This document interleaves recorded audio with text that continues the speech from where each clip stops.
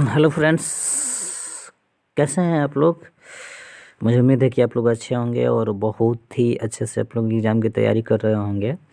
Bihar board 2022 का exam अब पास आते जा रहा है, जिसके लिए स्टूडेंट के हेल्प के लिए मैं एक छोटा सा प्रयास किया हूं, जिसमें वीवीआई क्वेश्चन साइंस पर्सन से, जिसमें फिजिक्स केमिस्ट्री बायोलॉजी होता है, उसमें फिजिक्स से अभी फिजिक्स का सीरीज में चला रहा हूँ, जिसमें अभी तक मैं शॉर्ट क्वेश्चन का 22 क्वेश्चन 50 क्वेश्चन का ये सीरीज होगा, जिसमें 22 क्वेश्चन को 21 क्वेश्चन को मैं डील कर चुका हूँ। उसका वीडियो का मैं लिंक दे दूँगा। तो चलिए, मैं परफेक्ट कोचिंग सेंटर में आपका स्वागत करता हूँ और इस वीडियो में हम लोग उसकी आगे सीरीज उसका पार्ट 2 देखेंगे।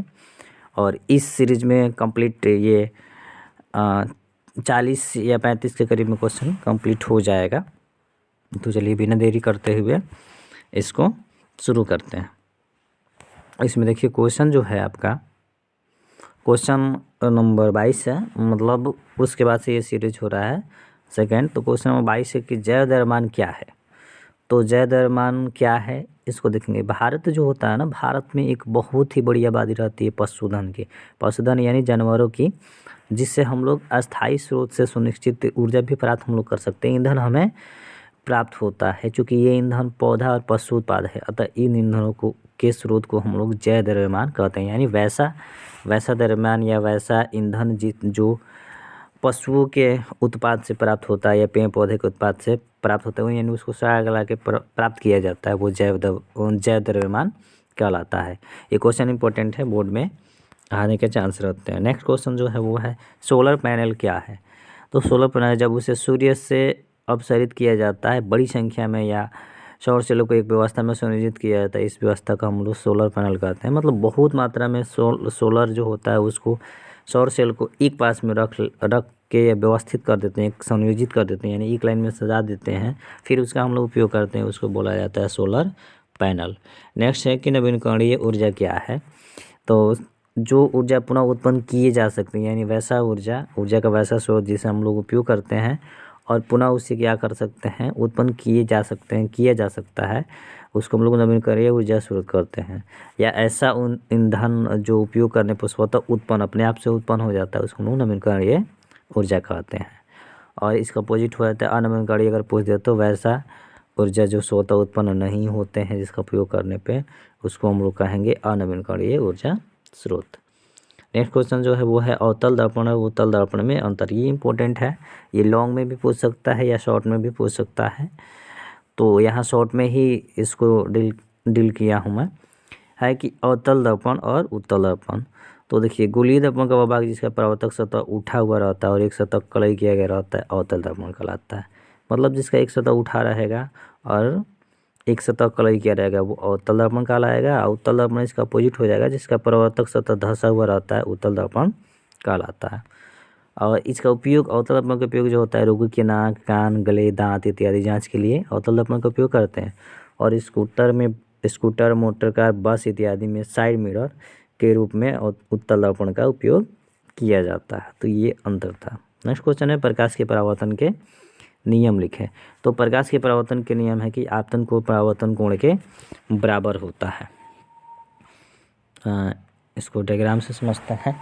प्रकाश के परावर्तन के नियम देखिए, जैसे ऐसे है, ये आपतित किरण हो गई, ये परावर्तित किरण हो गई। यहाँ पे आपतित किरण और अभिलंब के बीच बना कोण जो होता है, ये वाला, ये आपतन कोण कहलाता है और ये परावर्तन कोण कहलाता है। इसको आर द्वारा सूचित करते हैं और इसको आई द्वारा सूचित करते हैं, छोटा आई द्वारा सूचित करते हैं। तो यही आपतन कोण परावर्तन कोण के बराबर यानी थी, ये आई और ये आर, यानी angle I is equal to angle R, ये बराबर होता है। और इसमें आपतित किरण, परावर्तित किरण तथा आपतन बिंदु पर खींचा गया लंब तीनों एक ही समतल में होता है। और यहाँ पे देखेंगे, ये आपतित किरण हो गया, ये परावर्तित किरण हो गया और ये अभिलंब हो गया। तो ये तीनों क्या होते हैं, एक ही समतल पे हैं, ये तीनों एक ही समतल पे हैं।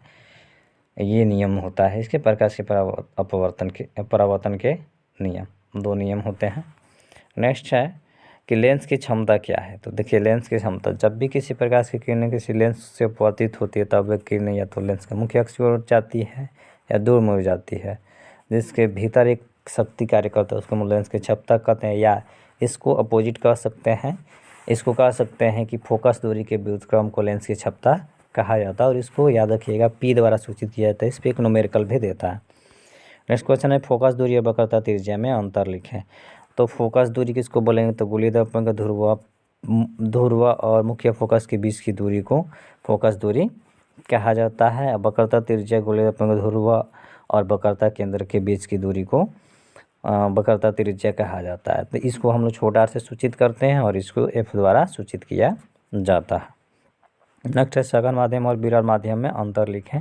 तो सघन माध्यम और विरल माध्यम में मुख्य अंतर निम्नलिखित होता है। यदि एक माध्यम का अपेक्ष और दूसरा माध्यम का अपवर्तनांक हो तो दूसरे माध्यम का को सघन माध्यम कहते हैं। इसके विपरीत हो जाएगा कि यदि एक माध्यम कम हो तो उससे पहले माध्यम के दूसरे माध्यम का विरल माध्यम कहा जाता है। अब नेक्स्ट क्वेश्चन है, ये बहुत इंपॉर्टेंट है, वेरी इंपॉर्टेंट है। विद्युत विभव और विभवांतर में अंतर लिखें। देखिए एकांक धनवश को अनंत से किसी बिंदु तक ले जाने में किए गए कार्य को विद्युत विभव कहा जाता है। मतलब एक जगह से दूसरे जगह गए, उसमें जो कार्य किया जाता है उसको विद्युत विभव कहा जाता है। और इसमें दो बिंदुओं के बीच निम्न विभव से उच्च विभव तक इकाई धनावेश को ले जाने में किया गया कार्य विभवांतर कहलाता है। इसमें दो बिंदु रहेगा, उसमें धनावेश को निम्न विभव से उच्च विभव की तरफ ले जाया जाता है, उसको कहा जाएगा विभवांतर। और इसमें एक बिंदु से दूसरे बिंदु अनंत से एक बिंदु किसी बिंदु तक जाएंगे, कार्य करेंगे, वो विद्युत विभव कहलाएगा। अब विद्युत विभव के ऐसे मात्रक जो होता है वो वोल्ट होता है और विभवांतर के ऐसे मात्रक जो होता है वो भी वोल्ट ही होता है। नेक्स्ट क्वेश्चन जो है स्पेक्ट्रम क्या है। तो देखिए श्वेत प्रकाश निर्वात में चलते रहते हैं जिसके कारण वहाँ तरंग दैर्घ्य का निर्माण होता है। वह पतन कारण तरंग दैर्घ्य विचलित हो जाता है, जिसके कारण क्या होता है वो एक रंगीन पट्टी के रूप में बट जाता है, उसको हम लोग बोलते हैं स्पेक्ट्रम। नेक्स्ट क्वेश्चन जो है वो है विद्युत धारा और प्रतिरोध में अंतर। तो देखिए विद्युत धारा जो होता है आवेश के व्यवस्थित प्रवाह को हम लोग विद्युत धारा कहते हैं और प्रतिरोध किसको बोलेंगे, तो उच्च प्रतिरोध वाले पदार्थों को प्रतिरोधक कहा जाता है। मतलब जिसका प्रतिरोध जो होता है ऊंच होता है उसको प्रतिरोधक कहेंगे। विद्युत धारा के ऐसे मात्रक कूलाम होता है और प्रतिरोध के ऐसे मात्रक जो होता है वो ओम होता है। नेक्स्ट क्वेश्चन जो है वह है विद्युत ऊर्जा और विद्युत शक्ति में अंतर लिखें। तो विद्युत ऊर्जा किसी बल्ब को 220-60 वोल्ट वाट लिखा रहता है और किसी विद्युत परिपथ में विद्युत ऊर्जा के व्यय का दर उस परिपथ की विद्युत शक्ति कहलाती है। और इधर है विद्युत शक्ति का ऐसे मात्रक जो होता है वाट होता है। नेक्स्ट है चालक तथा अर्धचालक में अंतर। चालक देखिए चालक और अर्धचालक में मुख्य अंतर निम्नलिखित है। जिन पदार्थों से आवेश का प्रवाह होता है चालक कहलाता है, जैसे चांदी, तांबा इत्यादि। यानी आवेश का प्रवाह जो पदार्थ अपने अंदर आवेश को ले सकता है, आने जाने देता है, उसको चालक कहते हैं। और अर्धचालक में जिन पदार्थों से आवेश का प्रवाह होता भी है लेकिन आंशिक रूप में होता है। अर्धचालक लिखा है, अर्धचालक नहीं लिखा है।